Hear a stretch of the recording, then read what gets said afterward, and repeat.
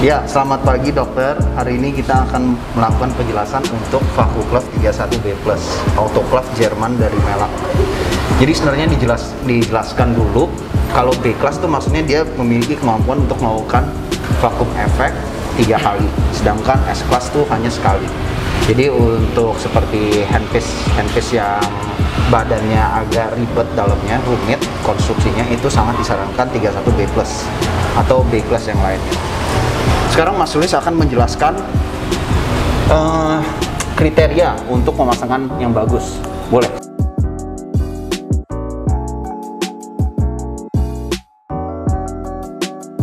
Silakan. Ya, silakan. Jadi pertama kita harus colok ke listrik ya. Oke. Listriknya pakai dia 2100 watt di voltase 220 sampai 24. Di belakang sini kelihatan. Iya.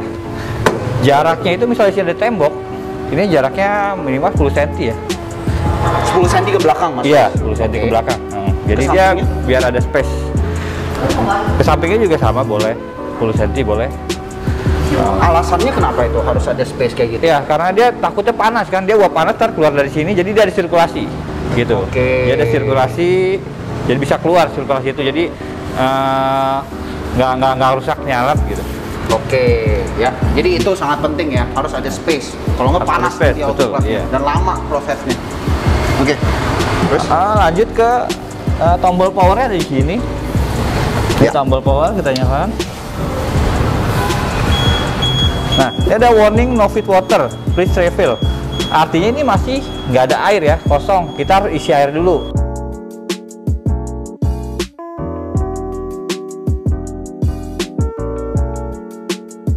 Oke, sekarang kita coba nyalakan lagi setelah diisi air.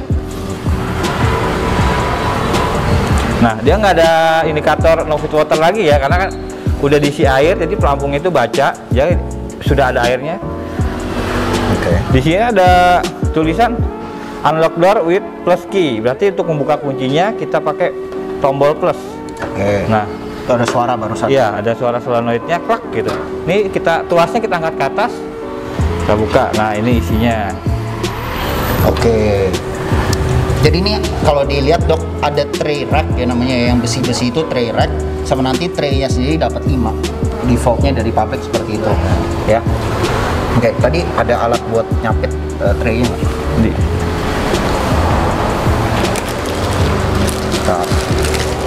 Kita mau kasih lihat traynya seperti oke, kebalik ya. Gini, sorry ya. Kamu atas dulu. Oh iya. Oke. Sorry. Jadi traynya seperti ini dok. Kalau dilihat. Nah tray ini dari Melak memiliki karakteristik yang khusus ya. Jadi dia ada bolong-bolongnya. Ini biar bisa ada sirkulasi dalamnya ya. Dan bahan yang dia gunakan pun itu sangat baik untuk konduktivitas panas. Jadi sangat direkomend untuk mencari tray yang kualitasnya bagus. Betul. Karena alasan-alasan itu. Pertama perforasi, dan kedua adalah bahan yang dia gunakan untuk konstruksinya. Ini kesat secara mata mungkin tray sama semua, tapi isinya beda gitu. Ini ukuran chambernya 17 liter ya? Ya, 17 liter.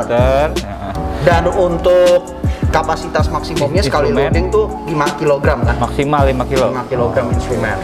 Ya. Pertama kita kasih lihat cara loading tray-nya dulu ya. Mungkin boleh diambil handpiece-nya Mas.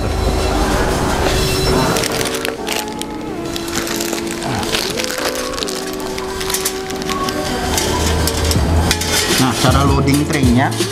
Jadi kalau misalnya kita mau wrap, mau menggunakan instrumen yang wrap dan unwrap ya. Yang wrap itu selalu taruhnya di atas. Ya. Di atas seperti ini. Ya. Terus yang unwrap itu di bawah. Dan selalu pastikan bagian sisi kertasnya seperti ini, kelihatan deh. Ya. Bagian sisi kertasnya itu menghadap ke bawah. Oh, jadi nggak kebalik gini ya? Ya, jangan kebalik. Ini kebalik ya. Ini posisi plastik di atas, kertas di bawah ya. Ya, itu anjuran dari pabrik. Dan jangan ditumpuk seperti ini. Ya. Karena ini akan mengurangi efektivitas penetrasi uapnya. Jadi selalu harus ke samping. Kalau misalnya sudah tidak ada tempat, taruh di bawahnya lagi. dengan catatan yang unwrap selalu di bawah, sedangkan yang wrap di atas. Ya, lebih efektif seperti itu. Oke, kita lepas lagi. Terus pemilihan program. Nah, iya, boleh kita lihat ke pemilihan programnya. Ini kita tutup gini. Ini tuasnya kita dorong ke bawah nanti. Please close door. Oke. Nah, ini udah ketutup. Nah, ini ada program nih. Di sini ada program. Iya, di sini ada tombol 4 tombol ya. Min, plus, program, sama start atau stop buat program. Untuk pemilihan program kita pencet program. Ini ada universal program 134 derajat. Ini buat yang instrumen wrap ya, di wrap. Ya, jadi universal program itu untuk instrumen wrap maupun itu single wrapping ataupun multiple wrapping. Dia bisa ya, instrumen. Oke, lanjut. Lanjut ke quick program S. Nah, quick program S itu di 134, dia cepat, tapi ini hanya untuk unwrap, dokter. Khusus yang ini tuh memang hanya untuk unwrap, jadi kondisi instrumen tidak dibungkus. Oke, lanjut ke quick program wrap. Nah, kalau quick yang program ini, B. quick program B. Dia bisa untuk 1 kali wrapping dan itu di 134 derajat ya, 1 kali wrapping. Kalau quick itu jadi lebih cepat Lebih dia cepat, programnya. ya. Oke. Lanjut ke gentle. Nah, kalau gentle ini 121, dia kan lebih rendah temperaturnya. Jadi ini untuk instrumen tekstil ya? Ya, tekstil Buat yang tekstil. lebih sensitif lah ke panas. Tapi itu untuk tekstil, betul. Oke, terus Lanjut ke Pryon. Pryon. Ini yang untuk yang ada kasus-kasus kayak penyakit lebih dalam gitu ya, bisnis ya. Tapi sebenarnya sih di pabrik udah klaim universal sih udah bisa Universal ya. bisa. Untuk meyakinkan aja mungkin ya. Jadi saya jelasin sedikit. Ini tuh Pryon sebenarnya terutama ya, Dok, di beberapa negara tuh ada kayak regulasi yang agak penting seperti di Prancis itu harus mengikuti Pryon program untuk beberapa kasus pasien tertentu. Tapi di Indonesia sih universal sudah rata-rata sudah cukup gitu loh. Ya. Nah, saya jelaskan juga kalau di setiap program ini drying time-nya pun berbeda-beda ya. Jadi kalau misalnya di quick program S itu drying time-nya 5 menit, kalau di quick program B itu 10 menit, dan di program lain 20 menit. Itu pengaruh juga. Jadi Nanti waktu ada, dia mengeringkan lah. Ada tabelnya lah, kita Ada punya tabelnya ya. Seperti itu. Terus lanjut ke Bowidic test. Nah, ini buat ngetes ya. Buat ngetes autoclave ini biasanya. Biasanya sih bisa dibilang nih masih bener-bener steril nggak, bener-bener masih layak nggak alat ini bisa gitu. Bowidic test. Oke. Terus ini vakum test. Oke. Gini, vakum test ini boleh sebelum install kita vakum test dulu buat ngetes ada kebocoran ataukah di alatnya ini leak, atau setelah beberapa bulan kita juga boleh di vakum test, jadi untuk mengetahui performanya si alat ini gitu kan, dia ada leaknya atau enggak gitu di vakum test gitu. Jadi ini kan harusnya ketat, Dok, saat lagi proses gitu ya. Dengan vakum test ini kita tahu alatnya masih bisa vakum dengan baik atau enggak gitu istilahnya ya. Itu nilai lolosnya tidak boleh di atas 1,3 MBAR kalau nggak salah, Dok. MBAR ya 1,3. Iya. Ya. Terus apa lagi? Oke, itu aja programnya. Itu untuk program. Jadi Terus ada universal program, quick program S, quick program B, ada gentle, ada Pryon ya. Itu program yang digunakan. Ya. Kalau misalnya mau nyalain program, jadi kita pencet ini dulu program. Iya, program dipilih, ini programnya. Selain universal program, kita pencet start. Tinggal pencet start ya. Iya, pencet kita start. pencet dulu. Karena nanti lama lagi. Iya. Oke. Kita pencet start. Nah, dia otomatis langsung jalan. Gitu. Oke. Untuk prosesnya gitu. Setelah selesai pun dia ada beeping, nanti kasih tahu bunyi beep beep, artinya di sini udah successfully, ditulis ada tulisannya nih di sini nanti. Oh, isi program successfully. Gitu. Oke, itu untuk penjelasan programnya ya, Dokter ya. Jadi tadi sudah dijelaskan juga masing-masing tuh untuk tipe instrumen apa. Untuk alat-alat tambahan dari pabrikannya, jadi ini ada fungsinya juga. Ya, tadi. Nah, itu kalau mau dibuka pencet plus dulu. Alat biru ini buat bantu kita keluarin instrumen ya, karena kan panas gitu kan. Iya. Selain kita pakai sarung tangan yang tebal, pakai juga untuk menarik si tray-nya ini. Jadi kita patokin ke atas dulu nih, gampang ke atas, sejatuh ini langsung dia. Nah, itu cara mudahnya ya. Nah, ini buat narik gini, ini kuat tuh.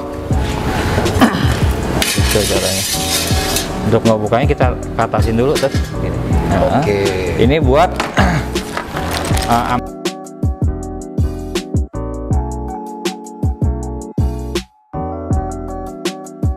Alat ini untuk membuka kunci emergency ya.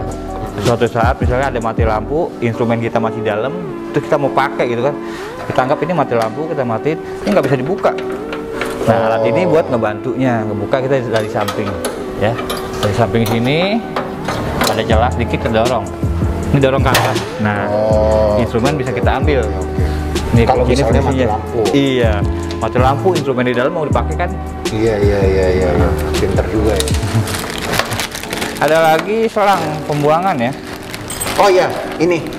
Jadi kalau lagi proses, misalnya prosesnya belum selesai gitu, atau mungkin udah selesai pun tapi airnya belum terpakai habis ya. Iya. Jadi masih ada air di dalam kan. Kita harus kosongin. Kalau nggak airnya di dalam terus nggak baik dok. Oh iya, untuk pengurasan air kotor juga nanti ada indikator. Kita kasih tahu indikator apa yang akan nongol di sini. Air kotor. Nah, di sini ada indikator lagi nih. Bisa lihat di sini? Ya, kelihatan. Ya. Ini ada tulisan 1, 2. Nah, ini 1, 2. Nah, ini kan di arsir nih ada gambar titik-titik ya. Iya. Artinya ini air kotor, ini air bersih. Jadi kita kalau mau kuras pakai yang ini. Masukin sini. Ya. Itu langsung locking sendiri ya? Iya. Oke. Tuh. Oke. Diputar ke kiri buat ngeloknya. Jadi ntar air keluar dari sini. Langsung gitu ya? Iya, sediain aja wadah ember atau apa di sini gitu. Ya. Buat penampungan si air kotornya. Disarankan embernya sekitar 5 liter ya dok ya? Iya. Gitu.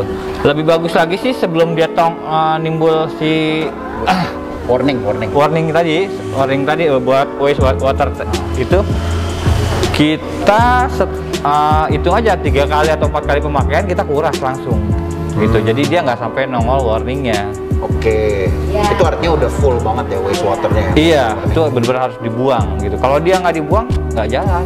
Oke, karena kan air bersih harus dibuang ke wadah air kotor ya. Kalau wadah air kotor itu udah selesai, udah penuh ya, dia harus dibuang dulu ya. Buang dulu, kan, iya. Air bersihnya mau kemana nanti gitu kan? Iya, betul. Kalau yang air kotor kan udah jelas nih, harus dibuang kalau udah penuh. Kalau air bersih gimana maksudnya? Kalau air bersih itu kita gunakan, contoh misalkan kita mau pindahin autoclave-nya ya, dari ruangan A ke ruangan B gitu kan.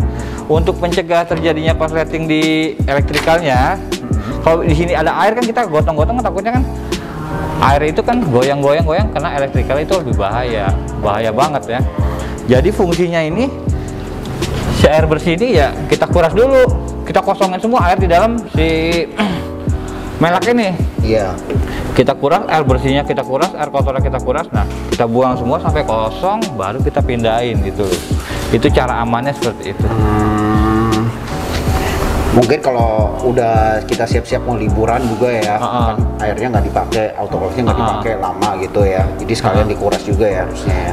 Atau enggak kita pakai air apa nih, misalnya salah masukin air lah, air yang bukan itu juga. Bukan air distil mineral ya, kita masukin sini pasti kan ada tulisan quality bed ya, waternya gitu ya. Nah, kita kuras dulu di sini. Oh gitu. Water quality bed gitu, ntar ada indikator sini, kita kuras dulu di sini, baru kita masukin air yang benar-benar dibutuhkan dia. Oke. Sama ini maintenance berikutnya ada di bagian sini. Coba. Ini namanya gasket ya dokter ya, yang hitam-hitam ini gasket. Jadi ini yang membuat vakum efek itu ya Mas Luis ya. Iya. Biar dia ketat. Nah, dengan berjalannya waktu apa yang terjadi? Lama-lama dia pasti kan namanya karet memuai ya, memuai, lama-lama dia di pintunya ini dia nggak rapet, ya, nggak rapet lagi.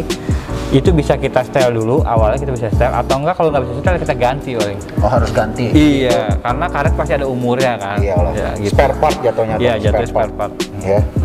Itu jadi ketahuannya kalau nanti pas programnya jalan ada error gitu. Iya, ada error, bisa dia leak, bocor, karena kan dia harusnya barnya nyampe bisa sampai 2 bar nih dia kan, karena bocor kan dia mungkin di 1,3 dia neken terus tapi nggak nyampe ke 2 bar gitu kan. Tentu. Nah, itu juga pasti kelihatan di vakum test ya. Kelihatan pasti error. Alat ini canggih kok. Dia nggak nyampe. Jadi ya. Jadi dia misal beberapa menit membutuhkan berapa bar. Dia nggak sampai sudah mencapai time-nya tapi barnya belum nyampe, dia pasti error. Tahu ya. Iya. Oke. Iya. Terus apalagi yang mau disampaikan kira-kira? Program sudah, maintenance sudah, ya. Setup sudah tadi ya. Setup sudah. Oh ya, nanti setelah pemakaian di sini di atas ini ya. Oh, iya. Kalau bisa sih di clean ya, jangan ada barang-barang yang lain. Iya. Barang apapun di atas ini jangan ditaruh. Ya. Jangan ditaruh Ini apapun. harus kosong gitu ya. Harus kosong. Khawatirnya kalau taruh barang-barang apa-apa kan di sini kan ada takutnya apa? Dari celah-celah sini kan ada yang masuk, entah debu entah apa, itu mempengaruhi air, iya. Chambernya. Kemarin sempat ada di satu klinik ya, Iya. ditaruhin apa atasnya? Kayak cetakan gigi gitu. Cetakan gigi gitu. Iya, Terus debu cetakannya masuk ke dalam, airnya mampet. Pasti error kayak gitu, nggak usah kaget ya. Contohnya Bisa di seperti clean, itu. jangan ada apa-apa di sini. Ya, jangan ada apa-apa juga karena pasti ini panas kan. Betul, Kalau panas jalan. juga. Nah, kalau ditaruh barang ya nanti panasnya nggak lepas gitu loh, malah ke barangnya. Jadi lama nanti prosesnya gitu. Iya.